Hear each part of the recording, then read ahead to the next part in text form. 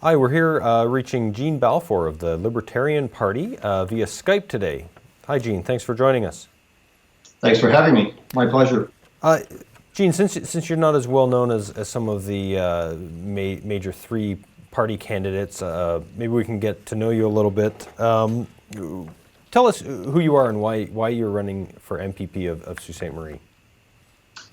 Well, I'm a semi-retired, almost fully retired businessman. I've worked in the business sector for 41 years. Those 41 years were working in the IT sector. And out of those 41 years, 4 years were with IBM Canada when I was selling mainframe computers back in the late 70s.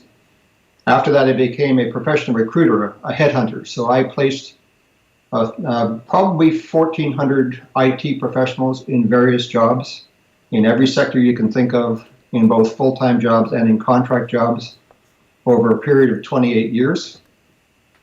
During that time, I had absolutely no salary. I was living 100% on commission, so I really did appreciate what it took to be an entrepreneur and what it took to build a business, build a practice, and make it successful.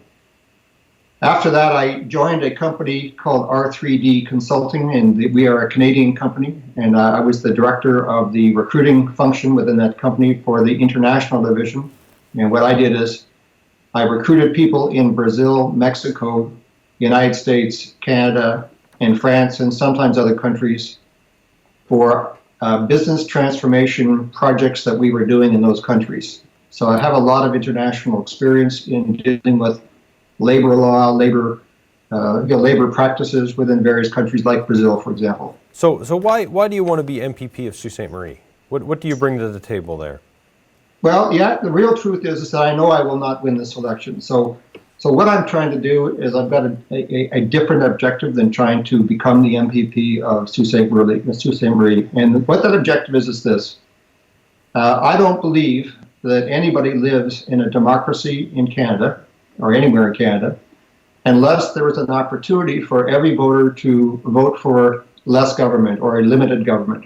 And I think that affects every riding, and it affects Sault Ste. Marie as well as it affects Fenelon Falls, where I live, or it affects Toronto, where I spent most of my life. The problem is this, is we have a monopoly on big governments. All of the other parties, which I call the board parties, the blue, orange, red, and green parties, all of those parties, their agenda is to sell more government services to us, and that results in more regulations. And by the way, we currently have 360,000 regulations today in force under the province of Ontario. That's a huge number in my mind. And when you have that many responsibilities that the government manages, 360,000 job functions, it requires a huge amount of money to keep that machine going, which is the reason why our taxes are so high and our debt levels are so high. They just box themselves into a corner. So for me, to put my name and the Libertarian Party on the ballot, I'm trying to reach the 50% of all people out there that are generally eligible to vote. I'm trying to reach those people who no longer vote, the people who are like me, who got to the point where they believed that a single vote every 4 years, when you could only choose big government parties as your only options, was not democracy. So I'm giving every person who wants true democracy, which is a more accountable government or limited government, I'm giving them that true chance to actually register their desire for a limited government. So I'll stop with that now and let you ask the next question. Yeah, sure. Thanks. Now, this is a question we've been asking all the candidates, I guess, is, the Liberal candidate would say, we've got a chance that we ordinarily don't have of knowing that we would be voting for a member of the governing party. Why shouldn't voters here just do that? Well, I'm going to refer quickly to a report, which I brought with me here. This is a Liberal plan. It was the Liberal plan for Northern Ontario. It was published in the year 2011. I went to Stats Canada and pulled off some statistics to understand how that plan has been doing. And so for the 5 years that went from 2011 to 2015, I compared how they were doing against their own stated goals. So they had three stated goals. One was diversify the region's economy. The second was to stimulate new investment. And the third is to nurture high growth emerging sectors, which of course I've worked in the IT world. So in each of those areas, I looked at the area that would be diversification, and I'm relating it to the labor figures.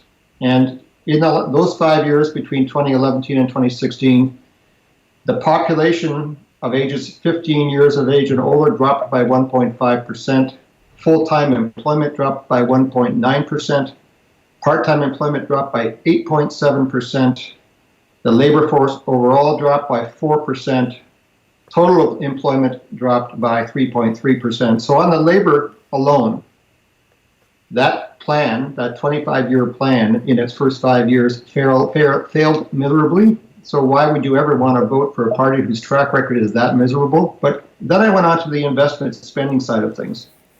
So if you look at the total value of building permits over that period of time, they dropped by 26%. You look at residential construction permits, 23%, industrial permits dropped by 44%, commercial permits dropped by 23%, and institutional and government permits dropped by 28%. So what I'm telling you again is, or suggesting again, is that they have not only underperformed, but they performed so miserably that to vote that party back in again doesn't make any sense to me or to anybody who's really paying attention. How would you do better? Well, we have a short-term plan and we have a long-term plan. The short-term plan is this. Very few people know who the Libertarian Party is. They don't know anything about our principles. They don't know anything about our ideas.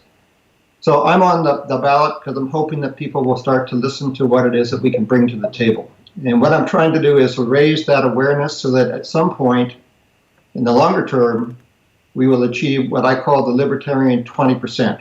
So that Libertarian 20% would mean that 20% of the voting population would choose the limited government scenario that is offered by the Libertarian Party, and it would also choose the non-governmental options part of our platform. That part of the platform is basically saying that that non-governmental businesses, whether they're not-for-profit or for-profit businesses, should coexist with existing government programs, but they don't have to be funded by taxation. So, for example, if you decide that you do not want to take advantage of the OHIP system any longer, then you should be able to defund that on your tax return.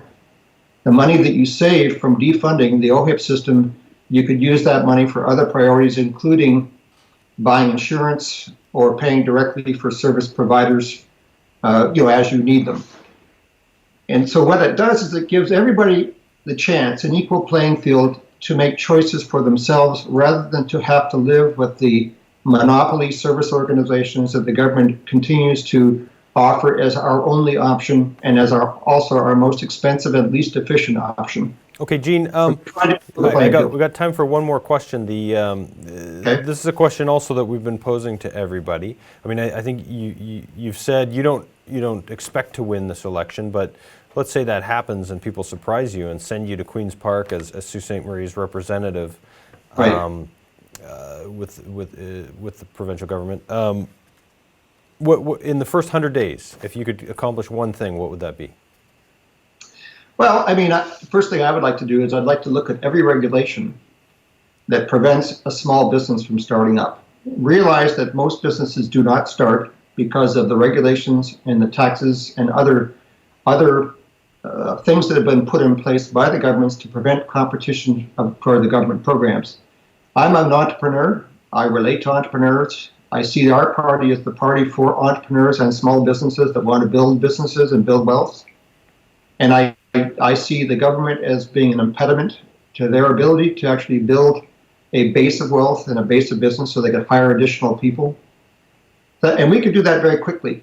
I mean, eliminating those regulations might be a challenge. But once we've done that, businesses, I believe, would start up and grow like crazy. And we've seen that in other countries, like Ireland, for example, a number of years ago when they deregulated their government impositions on business. They used to call that, I think they called it the Irish tiger or something. But anyhow, their economy just took off like crazy. And it's because they got rid of all the impediments of the big government machinery that stop people from actually building and establishing and growing businesses. That would be my first objective.